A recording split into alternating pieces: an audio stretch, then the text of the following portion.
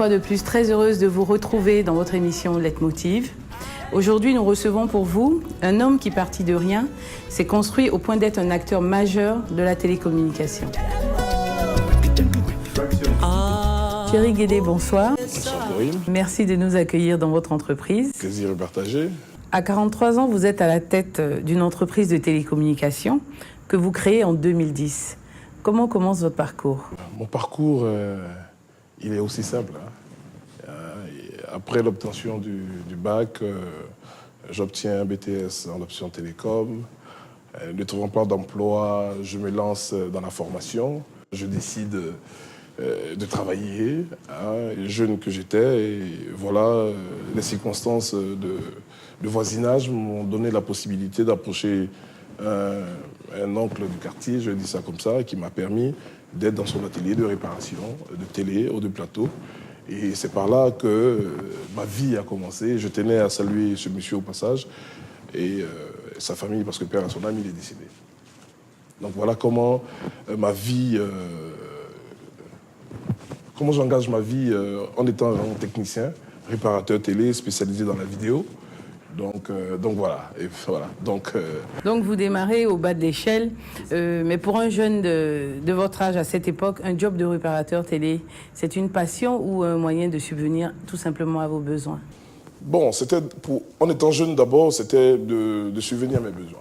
Et puis par la suite, la passion est venue parce que ne connaissant pas l'activité électronique ou le métier d'électronicien, je ne savais pas encore. Donc j'ai découvert l'électronique et ça m'a permis de développer mes connaissances. Et puis je me suis spécialisé dans la vidéo. Donc j'étais vraiment spécialiste de réparateur télé et vidéo, pardon. Donc très manuel. Très manuel, oui, très manuel. Donc voilà. Et ça m'a permis de m'installer, ça m'a permis de prendre mon premier studio au plateau d'Ocuy, qui me coûtait 30 000 francs à l'époque. Et puis voilà, et j'avais 24 ans à cette époque. Donc, voilà. Donc, mais à 24 ans, vous aviez sûrement des amis qui s'en sortaient mieux que vous, qui ont peut-être voulu vous décourager et à poursuivre ce métier. Oui, bon, d'abord, à 24 ans, à cet âge-là, les parents encouragent leurs enfants à continuer leurs études. Moi, j'ai décidé, étant donné que j'étais d'une famille nombreuse, donc je me suis dit... Pour rentrer dans la vie active tout de suite. En charge tout de suite. Donc c'est ce que j'ai fait. Et donc j'ai pas tenu compte du complexe que certains jeunes pourraient avoir à cette époque-là. Et bon voilà. Et puis voilà, ça m'a forgé. Et aujourd'hui, mon parcours s'exprime par le goût du risque. Parce que je me rends compte aujourd'hui que toutes les actions que j'ai menées, et je suis toujours parti du risque. C'est un engagement vraiment aussi fort. Donc, à 24 ans, à cette époque-là, il fallait pouvoir assumer ses charges, etc. Donc, je travaillais et je payais mes factures. J'arrivais à m'habiller. Je n'avais pas le temps mon argent ne me permettait pas de rentrer dans les grands magasins. Hein. Donc, j'allais à Treichville acheter des tissus. Je faisais des combinaisons parce que, en ce temps, il y avait des marques qui étaient à la mode. Donc, j'ai essayé de les façonner à ma façon avec mon couturier. Et rendez-vous compte... j'arrivais toujours à voler la vedette à ceux qui portaient vraiment les vraies marques, quoi. Voilà, à cette époque-là. Et après ça, vous décidez de faire quoi? Ben non, j'avais même pas l'intention d'arrêter complètement l'électronique parce que je me suis forgé dedans. Et du coup, je voulais même perfectionner les erreurs que je constatais dans ce service-là. Et du coup, ma vie change et puis... j'ai une opportunité en face où il y avait une licence qui était disponible et qui n'était pas mise en place. Donc moi, j'ai décidé, sans formation, de monter une radio. Alors voilà, je me renseigne un peu, je prends des magazines, comment on monte une radio et tout. Et puis, je décide d'aller en Belgique. Et puis voilà, j'arrive à acheter des équipements, je viens et puis je monte la radio Cocody FM. Et sans formation, je fais une présélection d'animateurs, donc en majorité des étudiants. Et aujourd'hui, je salue la direction générale de Cocody FM.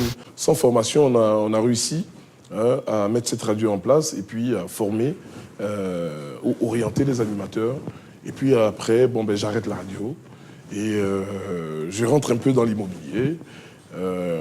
Après, c'est pas mon truc. Là, par contre, Après quelques mois, j'ai laissé tomber. Vous avez très vite changé. Voilà, et puis après, je décide de quitter le pays. Et puis, je vais aux États-Unis. Si vous venez de nous prendre en marche, je rappelle que nous sommes en compagnie de M. Thierry Guédé, PDG d'une entreprise de télécommunications. Juste avant de revenir sur son très beau parcours, je vous propose de suivre le portrait de la semaine, et c'est pas plus tard que maintenant.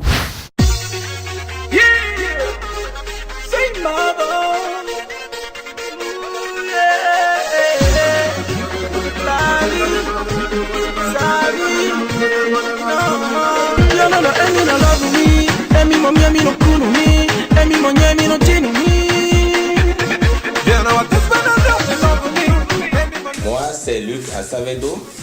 Je suis ingénieur agronome spécialisé en technologie alimentaire depuis 14 ans.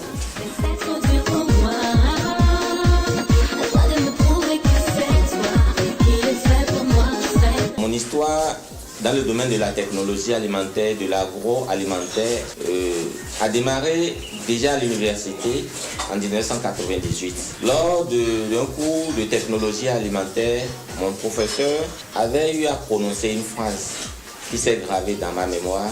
Il disait: vous ne pouvez pas savoir ce que vous pouviez faire si vous pouvez avoir un parent qui pouvait vous acheter une capsuleuse. Vous allez soulever le monde. Cette phrase, je l'ai notée au fin fond d'un de mes calepins et je l'ai mise en application. Junatas au Bénin, actuellement au Sénégal, Junatas également, au Togo et au Niger. Au Burkina, c'est Bravo Star. Mais il faut dire qu'on a fait un long chemin. On a parcouru un long chemin avant d'en arriver là.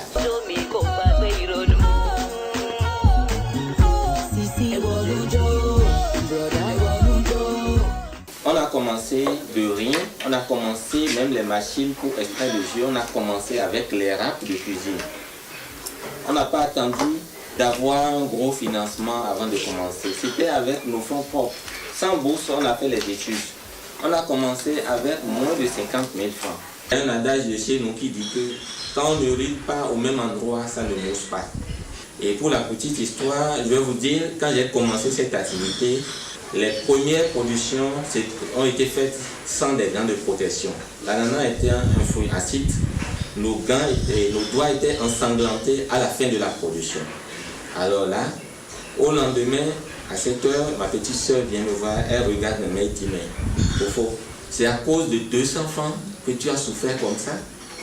Alors là, j'ai baissé la tête. Mais aujourd'hui, je vous dis, avec ces 200, j'ai pu l'aider à un moment donné pour préparer sa valise. Donc on a commencé d'à peine 500 bouteilles, aujourd'hui on est à 110 000 et peut-être le double dans un an. Alors là, la persévérance et l'endurance permettent de différencier les difficultés et de pousser loin et très loin. Nous sommes sur le plateau de retour avec M. Thierry Guédé et je rappelle que vous suivez votre émission Leitmotiv. Donc là vous êtes aux États-Unis, plus précisément à Miami. Qu'est-ce que vous y faites et combien de temps vous y restez? D'abord, l'idée d'y aller d'abord n'était pas... j'avais pas en option, en réalité, une contrainte ou une obligation. Hein. J'étais juste allé pour baisser un peu ce nombre de pression que j'ai eu. Faire un break. Faire un break, quoi, voilà. Et du coup, Virgile, étant un frère à moi, m'a permis justement de rentrer dans le système américain, de connaître un peu un certain nombre de choses.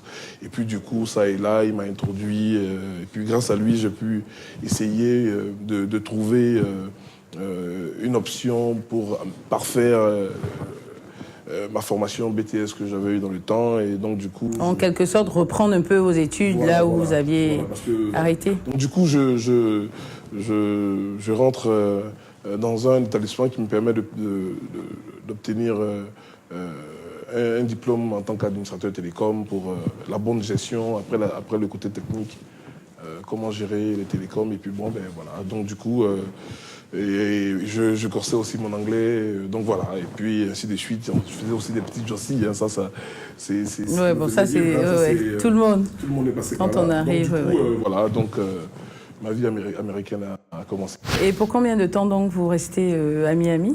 Alors, j'arrive en 2000 et 2 ans, parce que je rentre en 2002 et je reste en Côte d'Ivoire. Vous passez vos diplômes, vous travaillez. Voilà. Donc, du coup, dans mes recherches de collaboration, je tombe sur 2 ou 3 compagnies, et puis il y a une qui m'intéresse. Et je vais vraiment vers cette compagnie, j'explique un certain nombre de choses. Et puis, je pense que l'engagement et ma motivation ont sûrement dû attirer l'attention de ceux qui m'ont reçu. Et du coup, ils m'ont rappelé. Et puis, ça s'est bien passé. Ils m'ont donné la chance. Vous êtes choisi. Voilà, et je suis choisi. Et puis, par la suite, j'ouvre un chapitre Afrique. Et puis, voilà. Et du coup, dans la collaboration, je décide, ou la direction décide de me faire venir en Afrique pour tester l'option que la compagnie a acceptée, vu que ma proposition a été acceptée de se rapprocher plus de l'Afrique.